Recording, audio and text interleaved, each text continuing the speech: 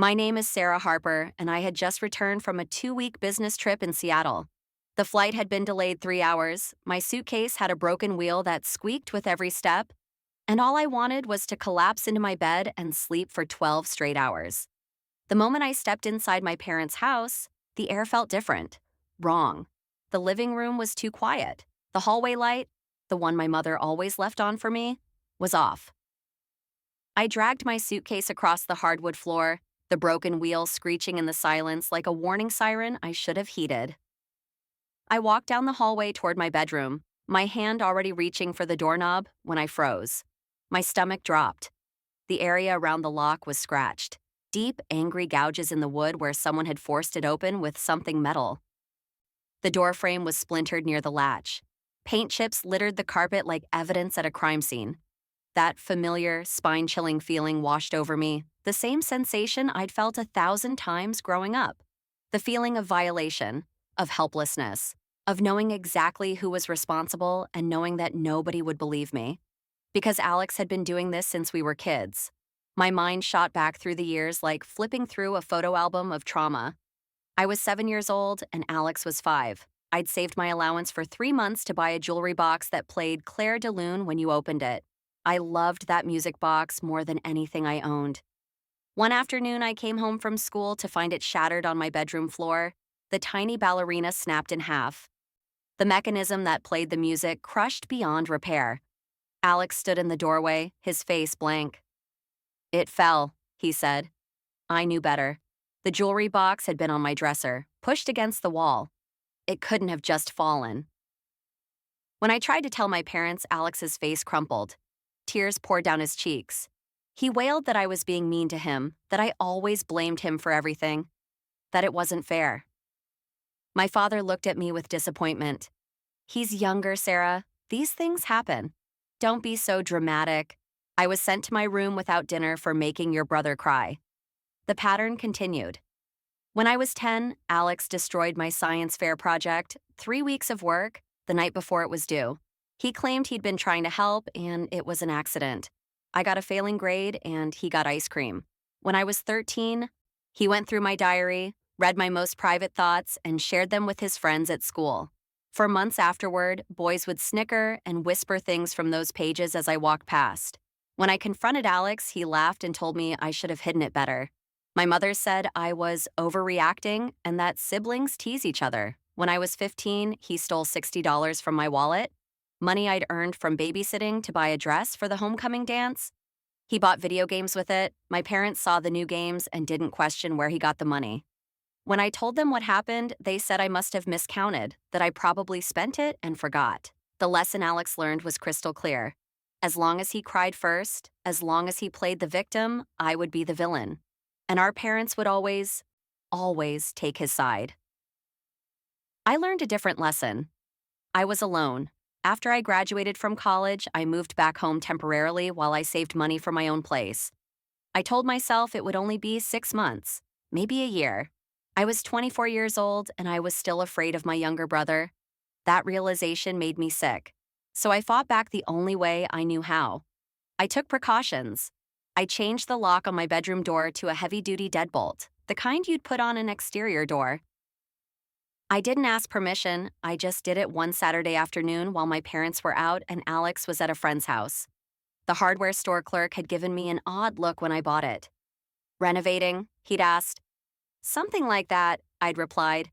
Then I installed the hidden camera. It was tiny, no bigger than a button, tucked into the corner of my bookshelf behind a row of old textbooks. The lens was nearly invisible.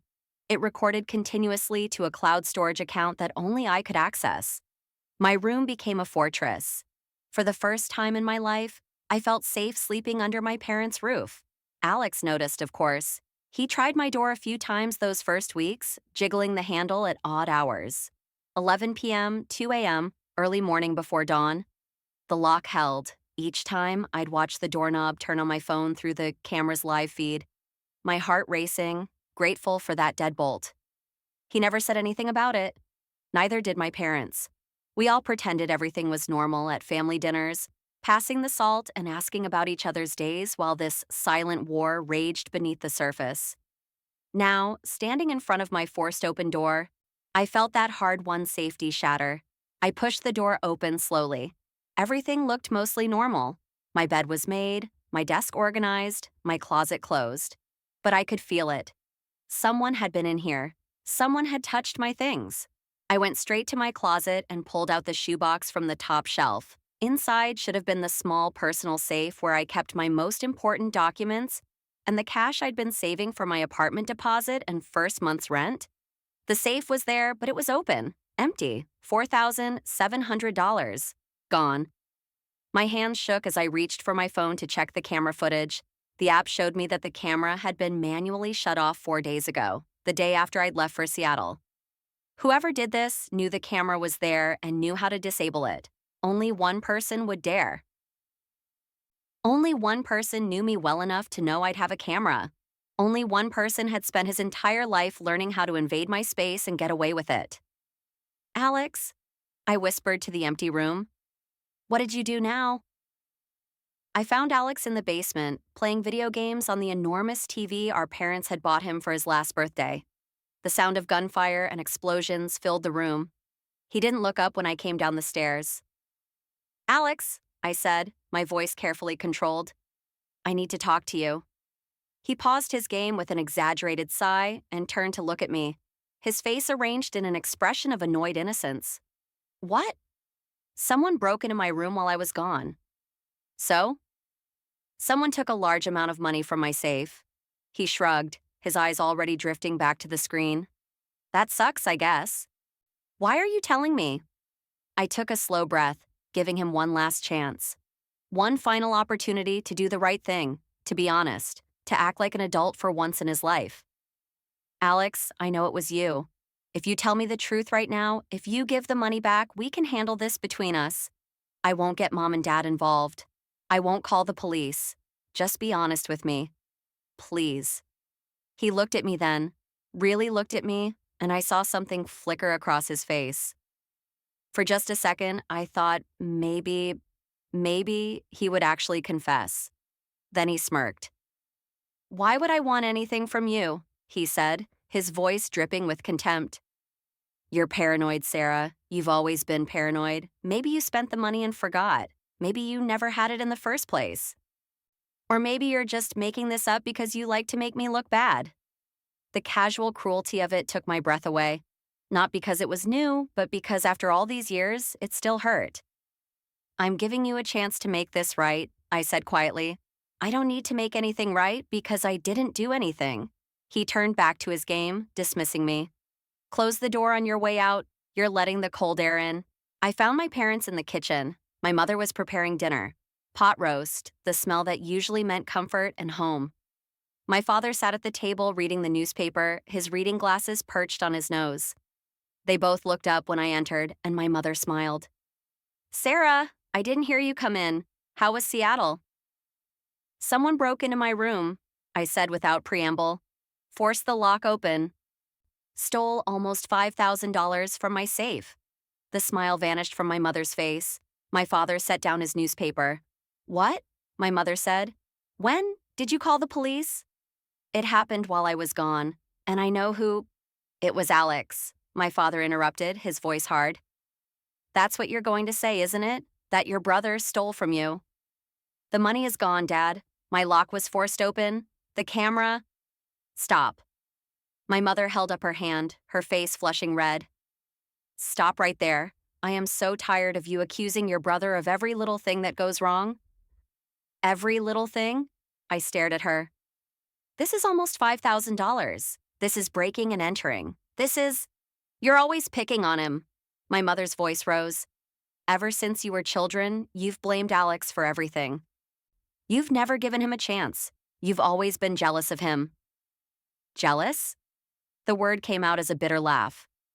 That's enough. My father stood up, his chair scraping against the floor.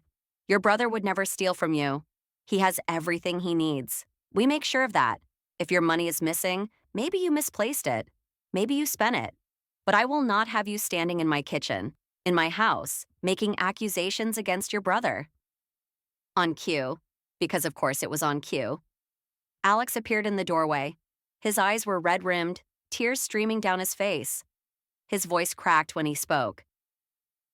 "Why do you hate me so much?" he asked, looking at me with an expression of such wounded innocence that if I didn't know better, I'd believe it myself. "I've never done anything to you. I've tried so hard to be a good brother. But nothing is ever enough for you. You want everyone to think I'm a terrible person." "Alex," I started. "No." He turned to our parents, his voice breaking. "She's always been like this. Always. I can't do anything right in her eyes. And now she's accusing me of being a thief? Of breaking into her room? How could you think that, Sarah? How could you think I'd do something like that?" My mother rushed to him, wrapping him in her arms. "It's okay, sweetheart. We know. We know you didn't do anything." I looked at the three of them, my father's stern, disappointed face, my mother comforting my sobbing brother, Alex's eyes meeting mine over her shoulder with a glint of triumph, and I felt 12 years old again, alone against three people who refused to see the truth. Three people who had decided long ago whose side they were on. "I have proof," I said quietly. That got their attention. Alex's sobbing faltered for just a moment. "What proof?" my father demanded. I pulled out my laptop and set it on the kitchen table. My hands were steady as I logged into the cloud storage account. Before the camera was shut off, it recorded everything. I pulled up the footage and turned the screen toward them. The video was crystal clear. The timestamp showed 10:47 a.m. 4 days ago. My bedroom door, locked and secure. Then Alex appeared on screen, looking over his shoulder before pulling a screwdriver from his pocket. For the next 6 minutes, we watched him work at the lock, prying and jimmying until something inside broke and the door swung open. The footage showed him going straight to my closet like he knew exactly where to look. He pulled down the shoebox, found the safe.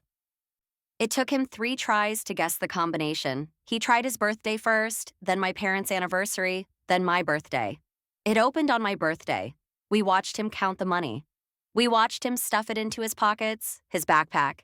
We watched him look around my room with the expression of casual entitlement, like everything in it belonged to him. Then he looked straight at my bookshelf and walked toward it. His hand reached up toward where the camera was hidden. His fingers found the tiny device, and he tilted it toward his face. For one clear moment, he looked directly into the lens, and he smiled. Not a nice smile, but something cold and knowing. The screen went black. Silence filled the kitchen. My mother's face had gone pale. My father's jaw was clenched so tight I could see the muscle jumping. And Alex? Alex had stopped crying completely. His face was blank, emotionless, like a mask had slipped off. "She edited it," Alex said suddenly, his voice sharp. "That's fake. She edited that to make me look bad. She hates me. She's always hated me, and now she's trying to frame me. She probably took the money herself and staged this whole thing to get me in trouble." "Alex," my mother's voice was uncertain now. "Don't you see?" His voice rose to a shout. "She wants me in jail. She's wanted to get rid of me for years. This is all a setup. None of this is real. She probably paid someone to break her own lock to make it look like—" "Enough," I said softly. I looked at my parents, at their torn, confused faces. "This is your last chance. All of you. Alex, you can tell the truth right now. Mom, Dad, you can do the right thing. You can hold him accountable for once in his life. You can actually parent him instead of enabling him. This is the last chance any of you get." Alex kept screaming. "She's lying. She's always lying. Don't listen to her." My parents stood frozen, looking between the laptop screen and their son, unable or unwilling to make the choice they should have made 20 years ago. I took out my phone. "What are you doing?" my mother asked. I dialed 911. "No!" Alex lunged toward me, but my father caught him. Dad, stop her. She's calling the cops. She's actually calling the cops. You can't let her do this." The operator's voice came through clear and professional. 911, what's your emergency?" "I need to report a theft," I said calmly. "Someone broke into my room and stole nearly $5,000. I have video evidence of who did it." The police arrived within 15 minutes. 2 officers, both professional and thorough. I showed them the forced lock, the empty safe, and the video footage. I gave them a copy of the file. I answered their questions clearly and completely. My mother cried. My father stood with his arms crossed, his face like stone.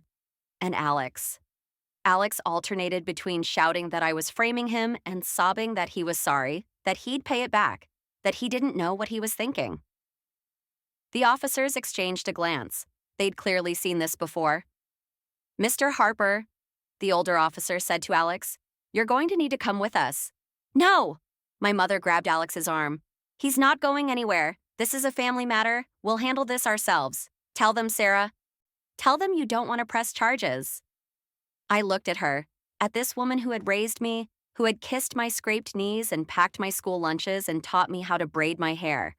This woman who had also taught me that my pain didn't matter as much as keeping the peace, that I should always sacrifice my needs for my brother's comfort. "I'm pressing charges," I said. "You ungrateful child." Her voice cracked with rage and grief.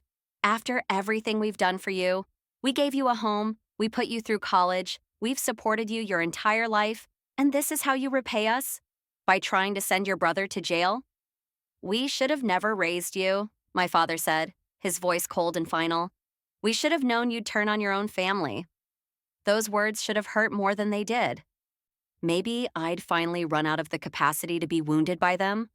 The officers let Alex out in handcuffs. He was still crying, still protesting his innocence. The neighbors were watching from their windows and porches. In any other circumstance, I might have felt ashamed by the scene. Instead, I felt nothing but a strange, hollow calm. I went upstairs while my parents shouted at me from the foyer. I packed my essentials methodically: clothes, toiletries, laptop, important documents, the photo albums from my childhood that I couldn't bear to leave behind. Everything fit into 2 large suitcases and a duffel bag. When I came back downstairs, my mother was sitting at the kitchen table with her head in her hands. My father stood at the window, his back to me. "I'm leaving," I said. Neither of them responded. I loaded my car and drove away without looking back. I moved into a small studio apartment that same night. It was more expensive than I'd planned. I had to use my credit card for the deposit since Alex had stolen my cash, but it was mine. The lock was new and strong. Nobody else had a key. The next morning, my phone started ringing at 6 a.m. Dad, Mom, Alex, Dad again, Mom again. I let them go to voicemail. The messages piled up. My father: "Sarah, you need to come home right now. We need to talk about this situation you've created." My mother: "Please, honey, just come home. We can work this out as a family. Alex is sorry. He's really sorry. Just drop the charges and come home." Alex: Sarah, please pick up. I'm sorry. I'm so sorry. I'll get you the money back, I promise. Just please come home. Please drop the charges." "I won't do it again. I swear I won't do it again. Just, please." The calls continued throughout the day. Dozens of them. The voicemails became more desperate. My mother: "They're talking about pressing felony charges because of how much money it was. Sarah, he could go to prison. Your brother could go to prison. You can't do this to him. You can't do this to us."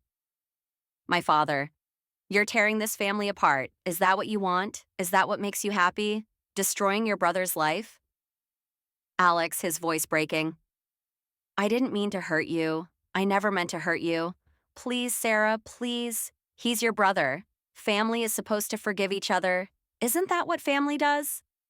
I listened to every single message while I unpacked my things in my new apartment, and I felt nothing. Not anger, not satisfaction, not grief or guilt or triumph, just exhaustion. The bone-deep exhaustion of someone who has been fighting for too long. I'd been disappointed by these people for 24 years. I'd been hurt and ignored and gaslit and manipulated. I'd been the villain in their story since I was 7 years old. I was so tired of auditioning for a role I'd never get, the role of the daughter and sister who mattered as much as Alex did. On the 3rd day, I blocked all of their numbers. The silence was immediate and profound. I learned what happened next from my Aunt Linda, my mother's sister, who called me a month later. "I don't blame you for what you did," she said quietly. "I saw how they treated you growing up. We all saw it. We didn't know how to help." "What's happening?" I asked. She sighed. "Alex is out on bail. Your parents paid for a lawyer, but without you there..." She paused. Without you there to steal from, without access to your room, Alex started taking from them. Your mother's jewelry, your father's coin collection, money from their wallets. They kept making excuses at first. Kept saying he was stressed, that he'd return everything, that it was just a phase. Let me guess, I said. It wasn't just a phase. He took it outside the house, got caught shoplifting at the mall. Then he and some friends broke into a neighbor's garage. The neighbor has security cameras. They were arrested. Your parents can't afford bail this time. They'd already spent everything on the first lawyer. I closed my eyes. I should have felt something. Vindication, maybe. Or sadness for the future Alex had thrown away. But mostly, I just felt tired. Your mother calls me crying every night, Linda continued. She's finally seeing what they created. Your father, too. They keep saying they don't know what went wrong, how Alex ended up this way. I told them they enabled him his whole life. That they taught him he could do whatever he wanted without consequences. That they sacrificed one child to appease the other. They didn't want to hear it. Do they ever ask about me? A long pause. Your mother does. She asks if I've heard from you. I think she's starting to understand what they lost. But it's too late, isn't it? Yeah, I said softly. It's too late. We talked for a few more minutes, and then I thanked her for calling. After we hung up, I sat in my quiet apartment and thought about my parents, about Alex, about the wreckage of a family that had never really been whole. I thought about feeling guilty. I tried to feel guilty, but I couldn't. 6 months passed. I furnished my apartment slowly, carefully, choosing each piece intentionally. A comfortable couch where I could read on Sunday mornings. A small dining table where I had coffee with the friends I was finally making. Friends who didn't know the old Sarah, the one who had learned to make herself small and quiet. A bed that was mine and only mine, in a room where I could sleep without listening for footsteps in the hallway. I cooked dinner in peace, trying new recipes without anyone criticizing my choices or demanding I make something else. I played music as loud as I wanted. I left my laptop on the counter without worrying someone would go through it. I bought nice things and didn't have to hide them. The trial happened. I testified. The video footage was played in court. Alex was convicted of burglary and theft. He received 2 years of probation and was ordered to pay restitution. He would have gotten jail time, but it was his first offense on record, because I'd never reported any of the previous incidents. My parents sat in the courtroom behind Alex. They didn't look at me once. I heard through Aunt Linda that they blamed me for everything. In their version of events, I was the villain who destroyed their family out of spite. Alex was the victim of a vindictive sister who couldn't let go of childhood grievances. They told anyone who would listen that I had always been jealous of him, that I had manufactured evidence, that I was cruel and heartless. I stopped asking Linda for updates after a while. It didn't matter what story they were telling themselves. I was no longer part of that narrative. What I learned instead was this. Family isn't defined by blood. It's defined by respect. The family I was building now, my chosen family of friends who showed up when I needed them, who celebrated my successes, who gave me space when I needed it and support when I asked for it. That family was more real than the one I'd been born into. I learned that setting boundaries wasn't cruel. It was survival. I learned that walking away from people who hurt you isn't giving up. It's choosing yourself. I learned that you can grieve people who are still alive, that you can mourn the family you wish you'd had while accepting the reality of the family you got. One evening, about a year after I'd moved out, I stood at the door of my apartment with my keys in my hand. I'd just gotten home from work, tired but content. The hallway was quiet. My neighbor's cat sat in front of their door, waiting to be let in. Everything was ordinary and peaceful and safe. I slid my key into the lock and turned it. The solid thunk of the deadbolt sliding into place was the most comforting sound I knew. The door I locked behind me that night wasn't just an apartment door, it was the doorway to a new life. A life where I was valued and respected and safe. A life where I didn't have to constantly defend myself or prove my worth. A life where I could simply exist without fear. I locked that door not to keep the world out, but to keep my peace in. And I never looked back. Well, and sometimes I still think about Alex. I wonder if he ever understood what he lost. If he ever took real responsibility. If he ever became the person he could have been if our parents had loved him enough to hold him accountable. But mostly, I don't think about him at all. I think about the life I'm building, the career I'm advancing, the friends who have become my true family, the quiet joy of Sunday mornings in my own space, the person I'm becoming now that I'm no longer constantly fighting to be seen and heard. There's a photo I keep on my bookshelf, not of my parents or Alex, but of me on the day I moved into this apartment. I'm standing in the empty living room, surrounded by boxes, and I'm smiling. Really smiling. The smile of someone who has finally come home to herself. That's the family photo that matters now. The door is locked. I'm safe, and I'm finally free.